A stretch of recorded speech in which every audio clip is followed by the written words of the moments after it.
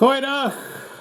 Good day, fellow South Africans. Yeah, it's very late for this old fart, but this is a story that has to be told.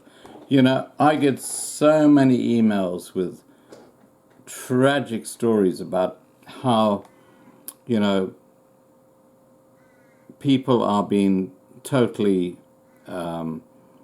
pushed into a corner. It is quite incredible, and this is a particularly poignant one, which I really have to express. It's a lovely lady, and her family is completely broken right now because of what's going on in South Africa, and you'll see why. But, it is quite tragic what's going on. Okay, I'll just start reading. She says, I desperately need your help, please. I will pray and ask God to guide you. I have been a single mum for 24 years with 2 boys. Her son, and I'm not going to mention the name, passed away at the age of 16, and her other son, then 13, is currently 27. He is a chef. We are both in the tourism and hospitality industries. I have been self-employed since the day I chose to divorce my ex-husband and never sued him for maintenance, as I did not want the abuse to further carry on. I basically would take a guest house that is financially not doing well and look at the problem areas. Jason, my son, will find the problems on the back of house, kitchens, menus, and staff training for last mentioned. Also, front of house and food and beverage department. I will step in and do the risk management, accounts, marketing, admin systems, human resources, implement orders, systems, routine, and so on, as soon as the establishment is running smoothly. Move on to the next establishment. So basically, they're almost like people who restore hospitality venues. Each would take approximately 6 months. So they'd go in and they would fix up the issues. We constantly attended workshops, held workshops, and had a passion for also updating our knowledge through additional studies, not just in this industry, but also first aid, and I started studying art therapy. Her son and I'm not going to say his name, had the opportunity of leaving South Africa for 2 positions offered to us at a hotel on an island somewhere in the world. It could be Fiji, okay? Just let your mind go. You're not going to hear it from me, that's for sure. But we both have a huge passion for animals and have always rescued and fostered. 2 Chihuahuas have been with me for the past 6 years, and I just could not see them being left behind. The quarantine period and cost to get them both to the island would be phenomenal. So I convinced Jason to go to the island last year, to go and see what it is like, and also of him for the experience. But I think it was mainly because we both were exhausted to the extreme on the crime in South Africa and the area we were managing as a guest house. And then she mentions a place, which I'm not going to mention, but it's a small place near the beach. We have been from Mpumalanga to Gauteng, west coast to Garden Route, all over South Africa, but a little place like the place she's talking about has been the absolute worst due to the abalone poaching happens all over the Cape Coast, so I'm going to mention that. And she says, we cannot walk our dogs on the beach anymore. The abalone poachers threaten you to leave. You cannot leave your home to watch a sunset or sunrise. the abalone poachers threaten you to leave the area. If you do manage to get to the beach or do a trail walk and then are poaching, you are disgusted with the amount of cigarette boxes and condoms scattered around the area as they use condoms to waterproof their cell phones when they dive. You cannot refuel your vehicle unless you are prepared to be glared and stared at by poachers as you get marked when they threaten. If you go shopping, they're all over the town with the vehicles of obviously false registration plates. You always try and avoid seeing them, and they do not keep to any traffic rules whatsoever. I played a video a few days ago about the African taxis. Remember the riot of African taxis? Well, she's right on the money. That's what's going on. It's absolutely crazy. We have had a hit and run where an elderly person passed. Nothing was done. They are worse than taxi drivers. These are not your average nonsense need to put food on the table poacher. These are organized crime gangs from Cape Town and massive syndicates that are now spreading out into parts outside Cape Town.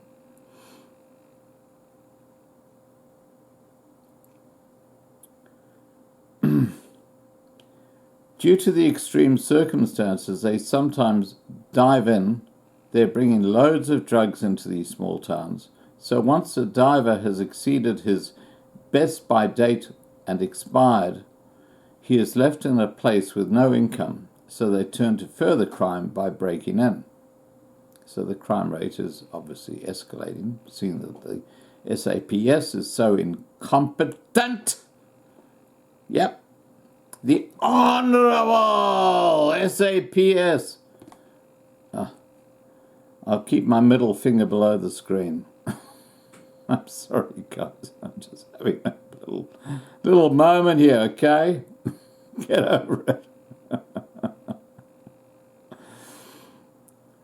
During the peak high season period, such as December, we would check in guests into the guest house till 10 p.m. at night. Try and catch up on some sleep for 2 hours to wake up at midnight and start the crime watch, which runs, it's called Burwach.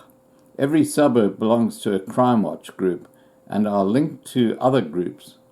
So you try and catch the thieves before damages are done, mostly with theft of belongings from tourists and vehicles.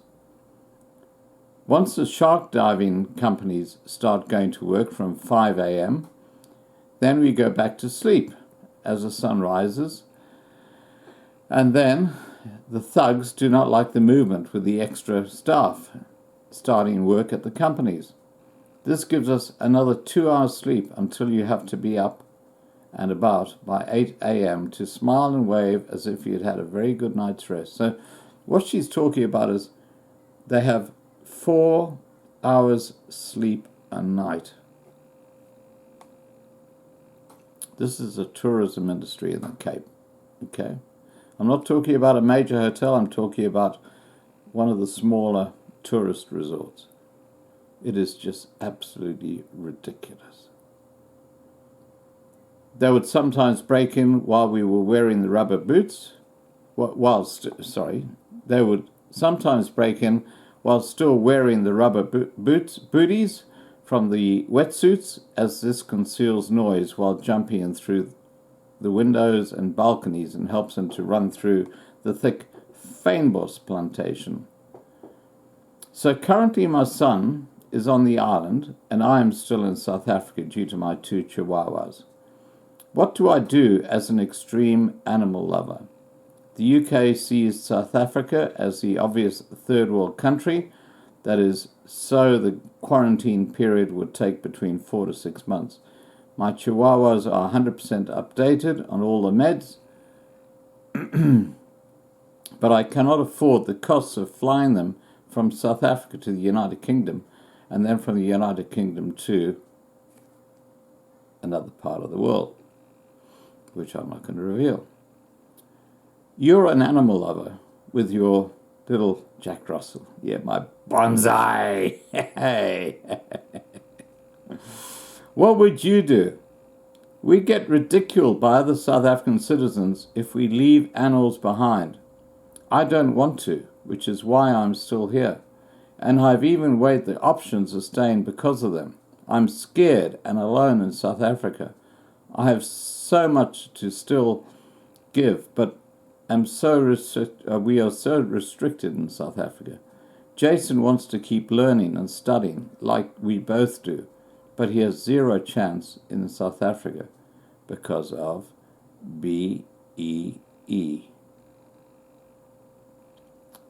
I do not have anything left for me in South Africa.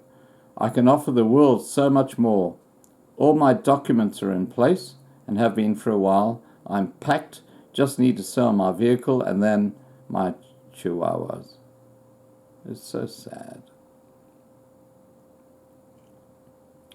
Every night when I go to bed, I have to ensure that my spotlight is charged, my pepper spray and my other weapons are within reach, and that every single item is locked and out of sight. You do not sleep, you rest. As the slightest noise you hear that you do not recognize, you immediately has you jumping out of bed, and the adrenaline rush keeps you awake for another hour before you can calm down. Isn't that shocking? This is not living in a normal environment. America, wake up for God's sake. These are the people you should be taking in. These are the modern day refugees. They really are. Asylum seekers.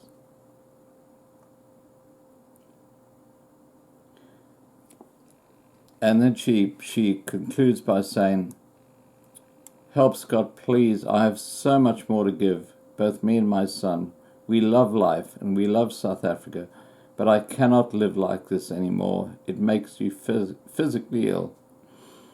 P.S. And all the above is just about," and I'm not going to give the place, but it's somewhere in the Cape, okay? It's a small place in the Cape. "My pepper spray and other weapons are within reach, and that every single item is locked out of sight."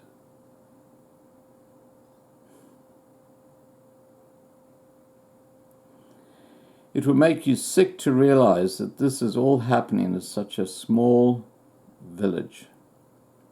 So to even try and imagine what is happening in the bigger places like Hermanus and cities, there are no words. If I cannot get out, I need to get hold of Vanessa. And I have actually put her in touch with Vanessa. I want out and have prepped without even knowing it for the past 3 years. God has always been there for me, and he has without a doubt been getting me to prep long before the shit hits the fan and long before I even stressed or worried about politics. Now, that's an email that Dee wrote me a couple of days ago, okay? And I just responded to it, and I said, "Look, Dee, I'm happy to put your story up on the internet and hide your ID, but, I'm not going to do it without your approval." So earlier today, I got another email from Dee.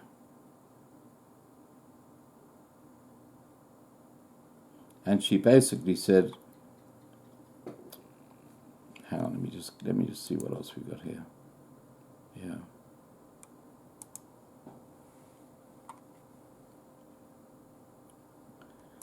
So anyway, I'll just keep on reading what she said. She said, "Giving the dogs to someone I trust is not a problem. In my circle of friends, I do not know and have dealt with a couple of excellent organizations that will be able to help me out with fostering the dogs. But I know myself I will worry about the dogs every day of my life. I've seen what happens to the best of dogs in South Africa if things do get tough. I might trust the person, yes, but I do not trust South Africa or the situation that might develop. And I will never forgive myself if I am abroad and I have to know that due to the government and the political situation in South Africa, my dogs are now are not taken care of and even suffering because of the food shortages or illness, etc.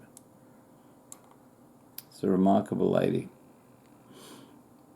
I've even thought of euthanizing them, but the what question? What if I have to come back to South Africa, whatever reason? What if there is the slightest chance of me saving their lives and also giving them a second chance? They're only 6 years old.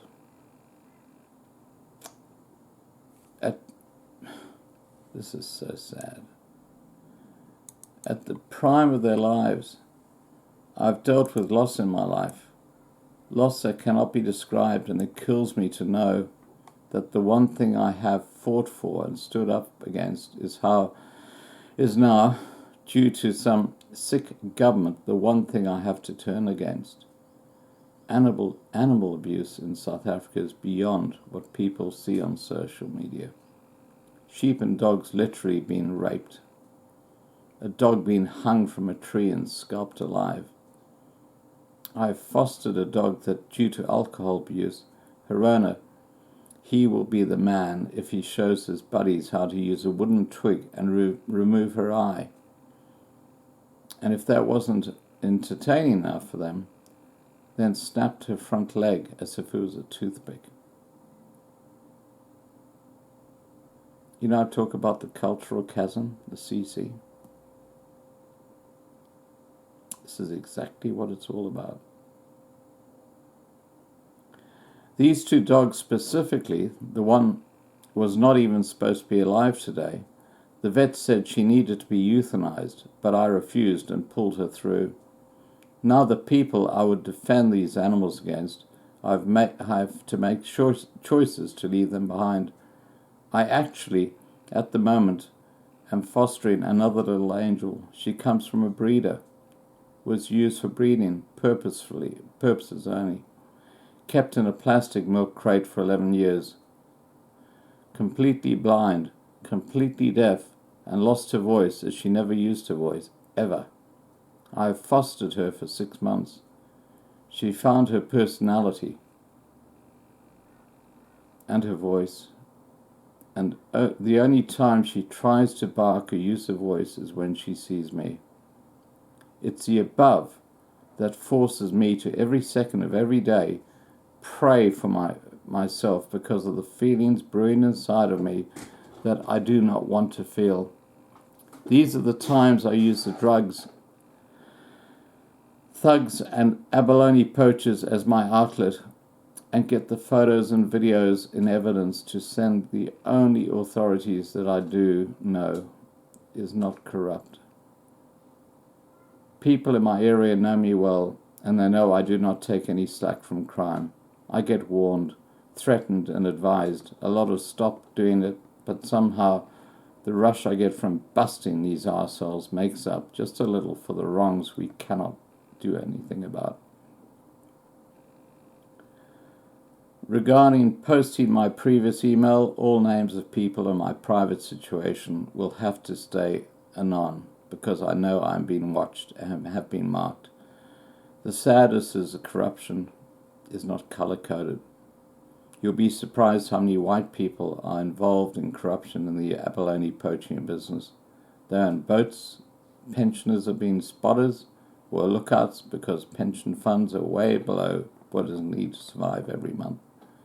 So yes, South Africa's fallen, not just with corruption in BBEE and government, SAA and or Eskom, land expropriation, but all departments. Before you share on your channel, maybe we can chat a little more. I will gladly assist you with info, but I'll need to know that it'll be shared on the channel before sharing. Okay, she goes on to say some more stuff, but you know, this is just one of tens of thousands of incredibly sad stories that are happening right now in South Africa. And I have told this lady, I'll call her M, which is not not her first initial, believe me. But anyway, I'll call her M. I've told her to just get the hell out of the country and get those chihuahuas into the hands of friends of hers who can look after them. You know,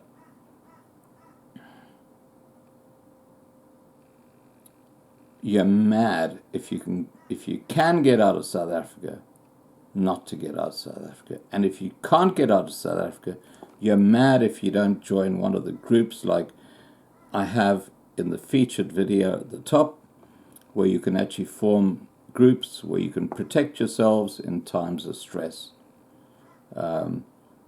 You've seen the videos. Please start prepping. Okay, guys? Take care and have a good day. Okay? And please remember to subscribe to be kept informed. Bye for now.